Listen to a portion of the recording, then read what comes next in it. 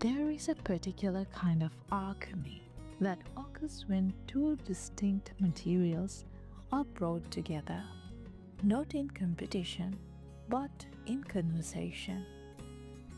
It is a dialogue of contrast, where each element is allowed to speak its native language, resulting in a harmony more compelling than any solo performance could be.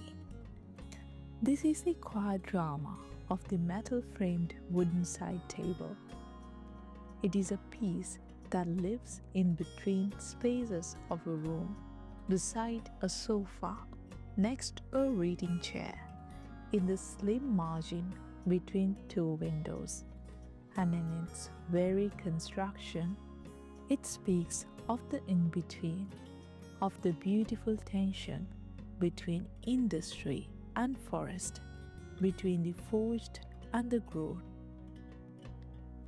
Let us begin with the frame. The metal, often steel, is the bones of the piece. It is the invisible, thought made visible, the structural logic drawn in clean lines of graphite black, brushed bronze, or matte gunmetal. This frame is typically a study in elegant geometry. It might be a simple rectangle, a square, or a series of intersecting arcs that creates a sense of lightweight sculpture.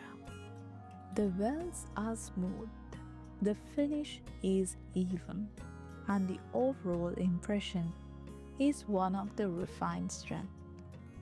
There is a leanness to it, an efficiency that feels both modern and timeless. This metal skeleton does not pretend to be anything other than what it is: a supportive armature, a deliberate drawing in space. It provides a sense of stability that is almost intellectual in its clarity. And cradled within, or resting upon, this drawn frame is the wood. This is the heart, the warming element and tactile soul. The wood is not a thin veneer hiding a lesser core. It is a solid slab, a plank, a round of tree trunk with its bark still whispering of the forest. The contrast is everything. The cool, precise, almost mathematical presence of the metal sets the stage for the warm, organic, inherently irregular beauty of the wooden grain.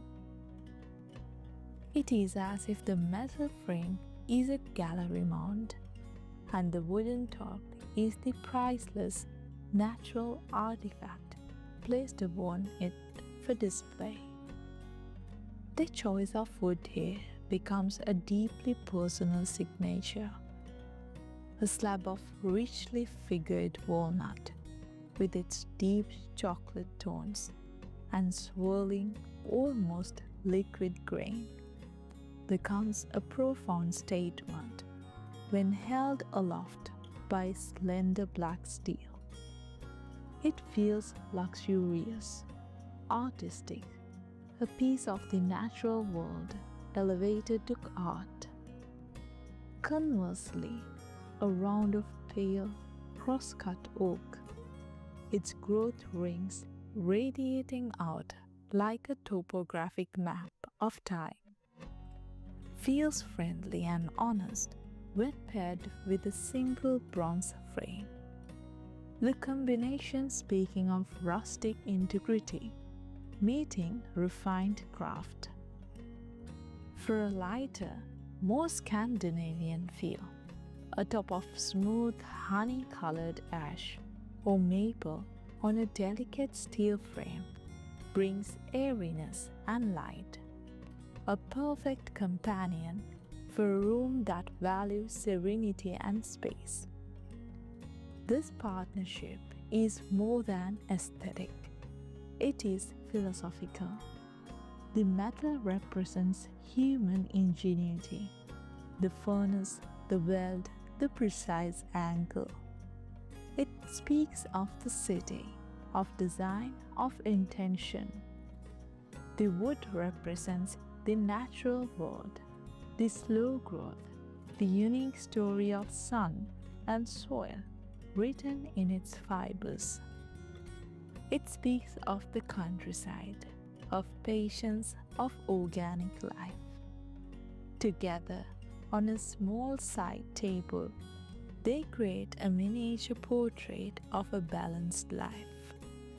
They suggest that our homes need not choose between the raw and the refined, but can beautifully accommodate both.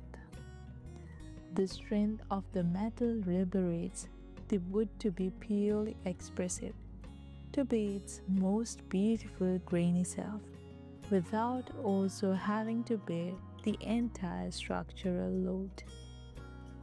In function, this table becomes a versatile and steadfast companion. Its slender metal legs often allow it to tuck neatly into tight spaces where a bulkier overwood table might not fit. It can slide next to a deep armchair to hold a reading lamp and a cup of tea. Its clear space beneath the top, ensuring the room feels open. A metal frame wooden side table in the end, a lesson in respectful contrast. It does not force a marriage where one material dominates the other. It celebrates the differences. I'm always curious to know which side of this dialogue speaks to you the most. Let me know your thoughts in the comments below. So until next time, happy decorating.